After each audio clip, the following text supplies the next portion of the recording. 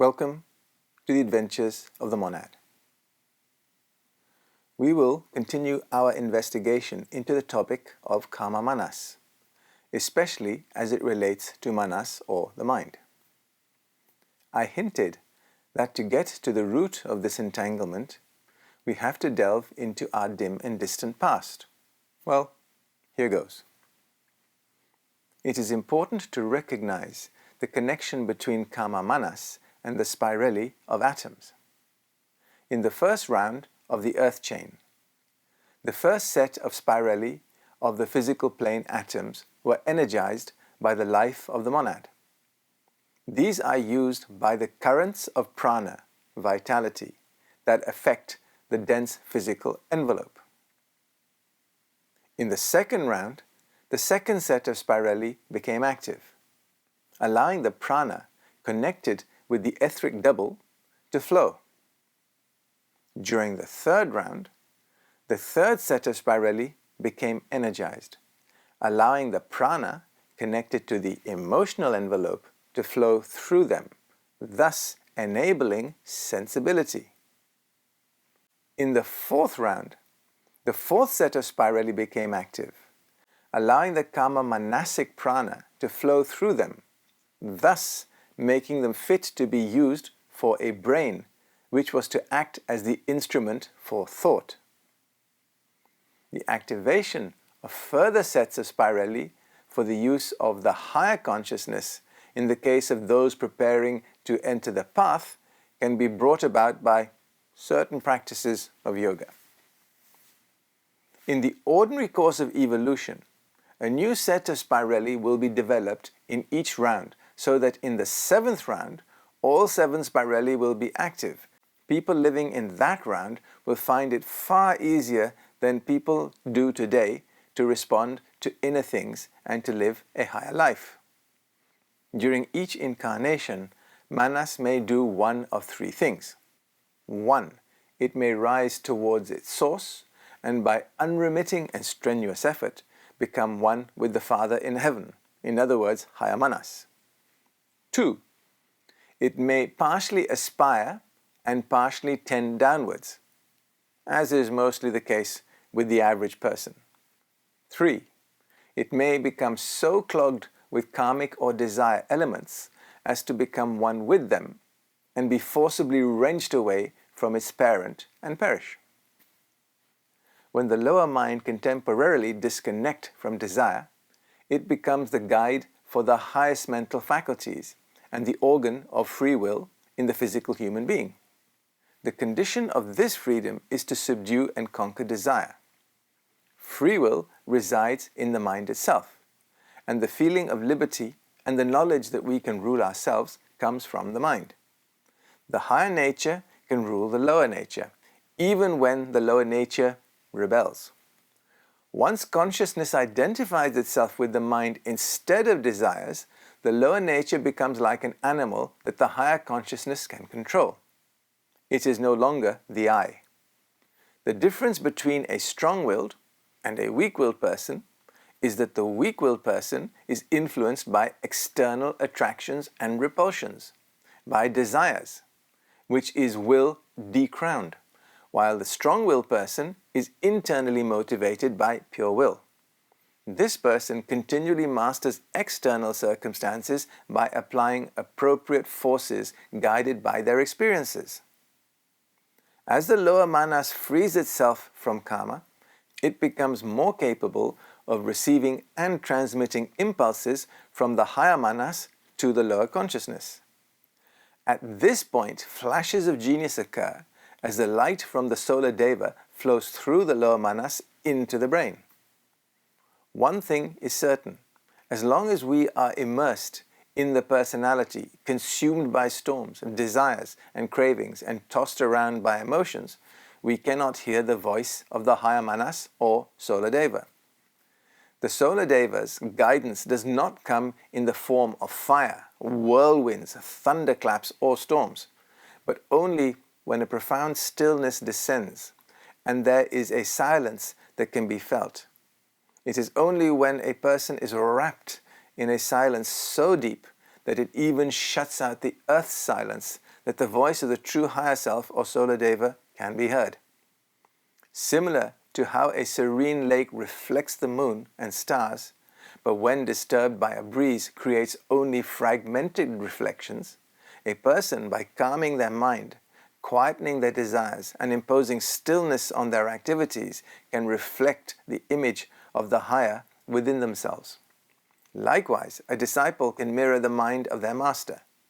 However, if their own thoughts and desires arise, they will only see distorted reflections and the fleeting lights that offer no real insight. In the words of a master, it is upon the serene and the placid surface of the unruffled mind that the visions gathered from the invisible find a representation in the visible world. It is with jealous care we have to guard our mind plane from all the adverse influences which daily arise in our passage through earth life. The monad, as part of the universal mind, is unconditionally omniscient on its own plane, but only potentially so in the lower worlds because it has to work through the medium of the personal self. The causal envelope is the vehicle of all knowledge, past and present, and it is from this fountainhead that its double, lower manas, catches occasional glimpses of that which is beyond the senses of most humans and transmits them to certain brain cells, thus making the person a seer, a soothsayer, and a prophet.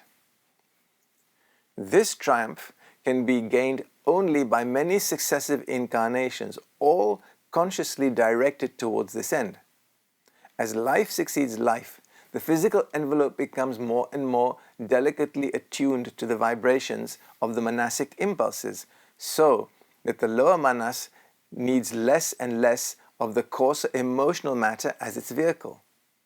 It is part of the mission of the manasic ray, in other words lower manas, gradually to get rid of the blind deceptive element, karma, which brings it so closely into contact with matter as entirely to cloud its divine nature and stultify its intuition. When the mastery of karma is achieved and the envelope is responsive to manas, lower manas becomes one with its source, higher manas. In Christian terms, this is the Father in heaven becoming one with the Son on all planes, as they have always been one in heaven. This is an advanced stage, that of an adept, for whom incarnation is no longer necessary, but may be undertaken voluntarily. It will not apply to us for some time. The Mundaka Upanishad states, the organ of thinking is pervaded by the senses. That organ, when purified, allows Atma to manifest itself.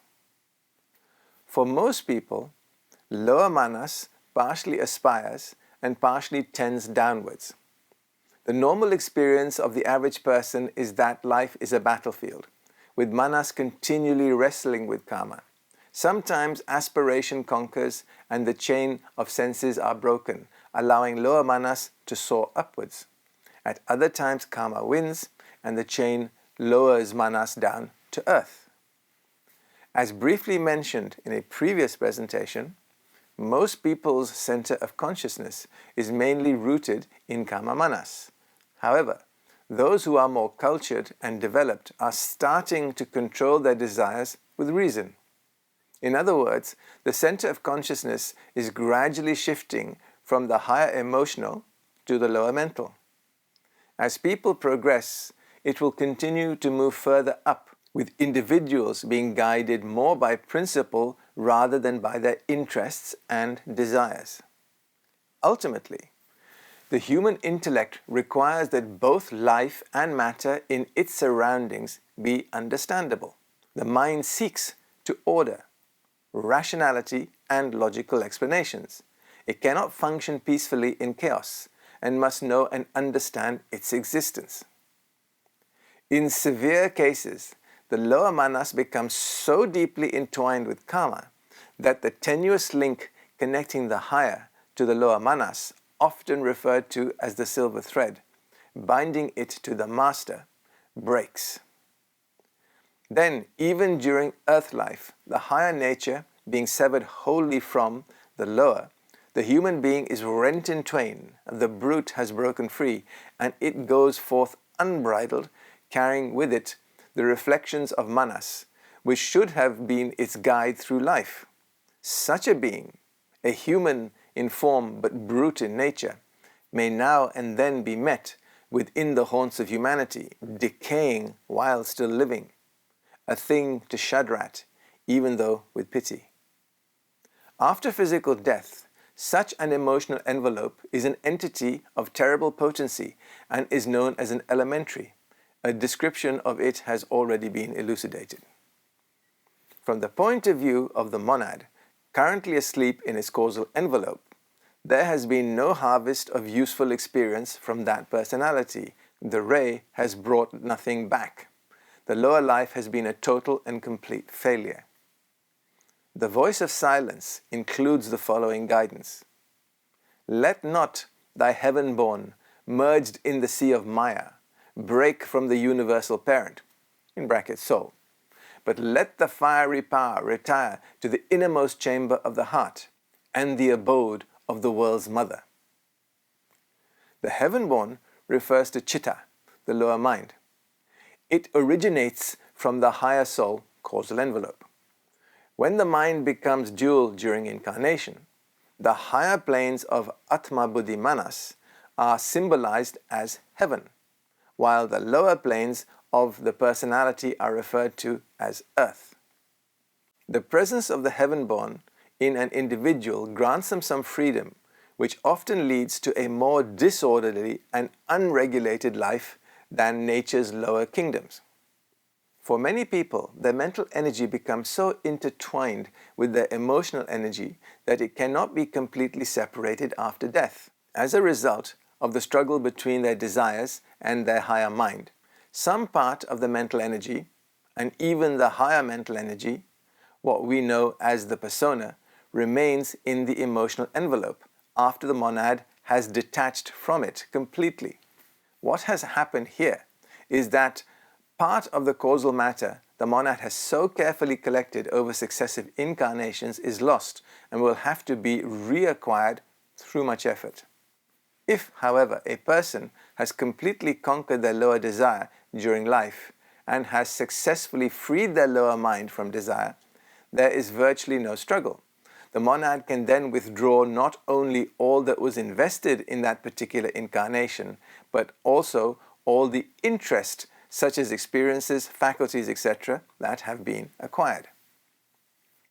In the next presentation, we will go on to look at thought waves. Thank you.